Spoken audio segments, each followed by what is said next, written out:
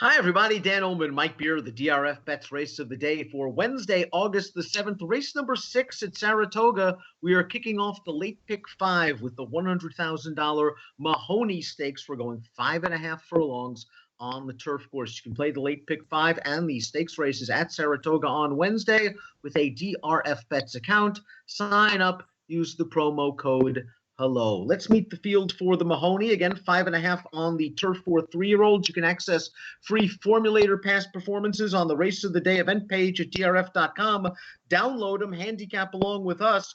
We'll take the field in post position order, beginning with a long layoff runner, Mike. That's the number 1, Uncle Benny, who hasn't been seen since he ran a very good second in the Breeders' Cup Juvenile Turf. He's a half length away from being undefeated from 3 lifetime starts. Now, in that Breeders' Cup Juvenile Turf, it looked like he ran into a little bit of trouble on the far turn, had to steady a bit. He was really firing in the stretch and got run down by a European horse in line of duty. Now, Dave Grenning in his DRF advance of this race mentioned he's missed some time with some bone inflammation. Do you think this is where they want to go, Jason Service, or do you think they're eventually going to stretch out with him? I'm sure based off the Breeders' Cup, they want to try him stretched out again. Doesn't mean he can't run well here. He was a very good sprinter early in his career as well. And yes, he had a fast pace when he won the Futurity, but he really ran that day. Like you, I was taken with his Breeders' Cup race, and I thought he ran great in there. He just feels like he's coming back maybe in a spot where he's supposed to be tough, Dan. We'll see if he needs a race off the layoff. We're offering the free formulator PPs with this race. Look up Jason Service stat with horses like this, 180-plus day layoffs, turf sprints. You can even filter down to New York. He wins with these horses. So if this horse is ready, he's going to be tough. It's pretty remarkable, the numbers that Service has. But as we check out the Timeform US pace projector, there is not expected to be a lot of speed, surprisingly enough, in a 5.5 furlong turf dash. The 10, the 9, and the 7 expected to occupy the first 3 spots after the opening quarter mile. Blue Bar scenario indicates this race might favor horses on or near the early lead. Uncle Benny was a gate-to-wire winner in his debut on dirt at Monmouth, but then just kind of was run off his feet in the Futurity on turf, a very fast pace that day, and then came from Annabit in the Breeders' Cup Juvenile Turf when he broke a hair slow. Do you think he can be closer to the pace, especially fresh off the bench? I do think he can be. I mean, he showed that he has speed in his career debut, so he doesn't have to be way out of it. But again, if they're just pointing for another race, they might not be using this horse early. We'll see what happens. Another horse that might be from mid-pack in the early portion is the 2 Electronic, who's dropping out of the Grade 3 Quick Call Stakes. That was his first race with blinkers. It was over a very yielding turf course. This horse was last early, swung widest into the stretch, was punching on late to finish second behind Favored Listing. All in all, a good race for a consistent horse. He really fits this race very nicely. I think he does, too. I thought he ran really well in the quick call over yielding ground. And it was just another race that seemed like it pointed him in the right direction, Dan. The race 2 back at 7 furlongs, I'm not going to be too tough on him for that one. All of his other turf sprints, 6 furlongs or less, are really good. I think it makes a lot of sense in this race. Maybe Dump just needs a turn back in distance. The last and the one and only time he sprinted was back as a 2-year-old. He won by the Spendthrift Juvenile by about 8 lengths at Churchill Downs, going 7 furlongs.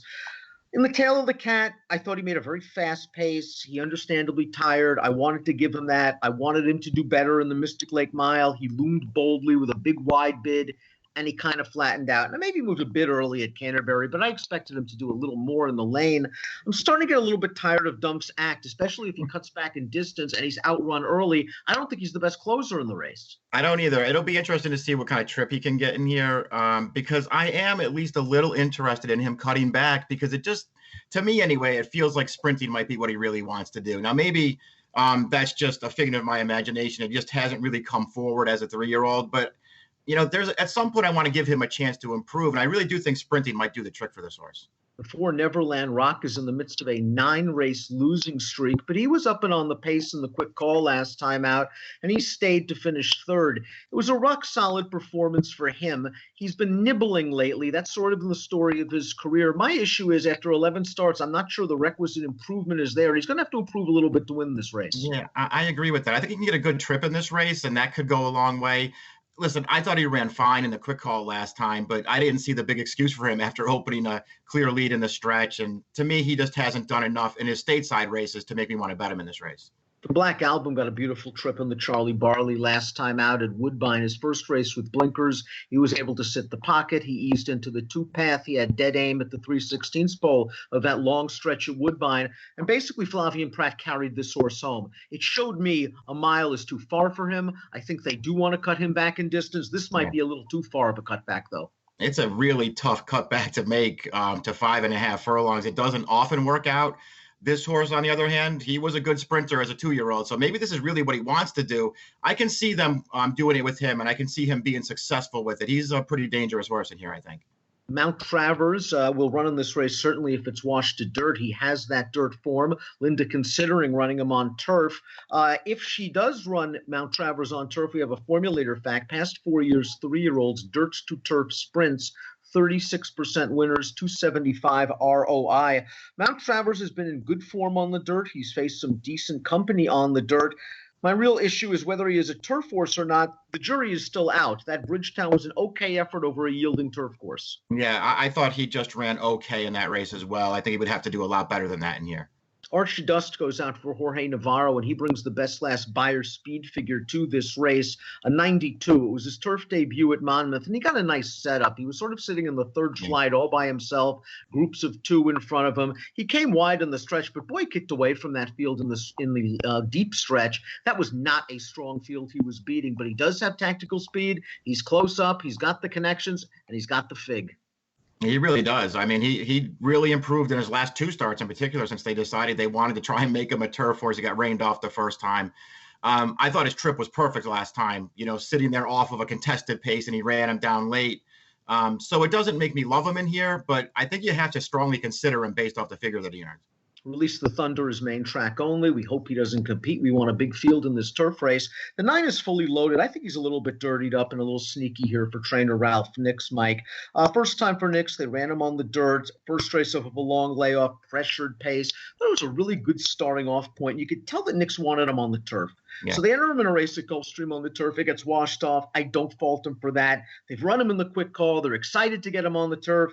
Yielding going. Don't think he loved that.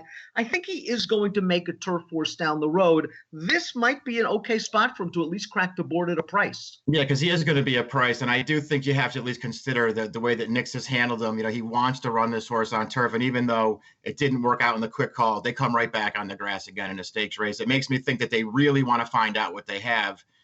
We'll find out more on firm turf, I guess, because he certainly didn't like it yielding last time.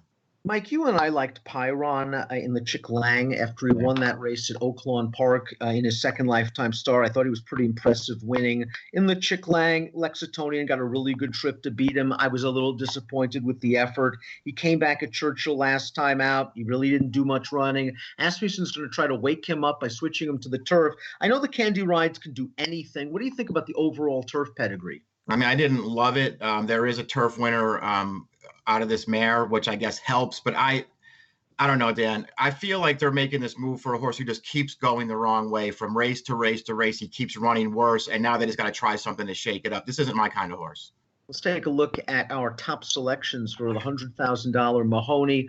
I found this to be a very, very tough race. I landed on the figure horse for Navarro, Archie Dust, especially after I saw the pace projector where he can sit third off of Pyron and fully loaded. I think that's a good, comfortable spot for him. But as you mentioned, I agree. I thought he had a really good trip in his turf debut, and he's likely to get bet. You're taking Uncle Benny. And again, you can believe in service off these kind of layoffs. He does have great numbers with these horses. And I feel like ultimately he just might be the best horse. Dan, there are some good horses in here. I think he's probably better than them. The worry with him is he's a short price, and they might be pointing for something else. And so if they don't have him fully cranked up, he could easily lose this race. But I took him on top. I went 1, 2, 3 actually, the 3 inside horses. And I went 7, 1, 2, and 5. I'd like to use Uncle Benny, your top selection. He's my top pick in here as well in the late pick 5, which we kick off with this nice stakes race at Saratoga. Get involved with that DRFBets account. Sign up using the promo code HELLO. Approximate post time for the Mahoney, 3:30 Eastern. Good luck.